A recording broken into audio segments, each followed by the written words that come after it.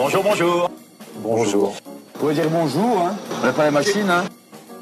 Bonjour mesdames, bonjour mesdemoiselles, bonjour messieurs. Vous pouvez répéter? J'ai dit bonjour. Bonjour Ingrid. Bonjour. Salut, ça va, vous tenez le coup?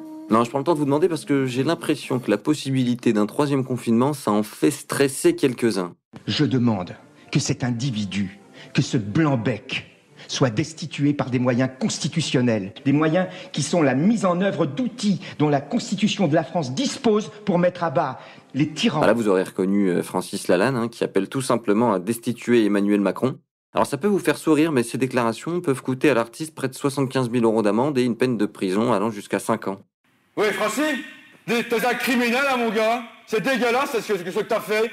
Alors oui, tout n'est pas parfait en France, mais on est quand même mieux lotis que certains. Hein. Regardez en Chine maintenant, chaque étranger qui arrivera sur le territoire devra être dépisté à la Covid, mais le test ne se fera non plus dans le nez, mais dans le rectum. Oui, un coton-tige dans l'anus, ça fait pas rêver, mais ces tests sont bien plus efficaces pour détecter la Covid-19. Disons quand même que la méthode de prélèvement ne fait pas l'unanimité, et pour les personnes qui n'étaient pas au courant, ça a dû leur faire un choc. Hein. Pourquoi je baisse le pantalon? Ah, il faut savoir faire don de sa personne pour le bien de la communauté. Mais tiens, en parlant de dons, justement, saviez-vous qu'Emmaüs observe une baisse historique des dons depuis une dizaine d'années? L'association a constaté qu'elle était concurrencée par des sites de e-commerce comme Vinted ou Le Bon Coin. Emmaüs a donc lancé son propre site de dons en ligne, Tréma, objectif cibler les jeunes connectés et engagés en les poussant à donner plutôt qu'à vendre en ligne. Vous savez ce qu'il vous reste à faire maintenant?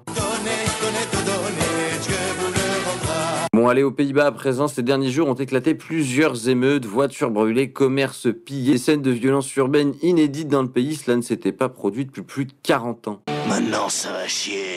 La cause principale de ces émeutes, c'est le couvre-feu que voulait instaurer le gouvernement. Les restrictions semblent être de moins en moins acceptées par la population et un peu partout en Europe, le ras-le-bol commence à se faire ressentir. En France, notre président a souhaité faire durer le suspense jusqu'à dimanche. À l'heure où vous m'écoutez, on devrait certainement être fixé sur notre sort. Confinement, pas confinement. Ces histoires, je vous le disais, ça fout tout le monde à cran. Bon moi j'ai fait le tour pour cette semaine. Hein. Merci de m'avoir écouté. C'était le 20e épisode. La semaine prochaine, ce sera le 21e. Hein. Bon allez. Bye bye. Okay?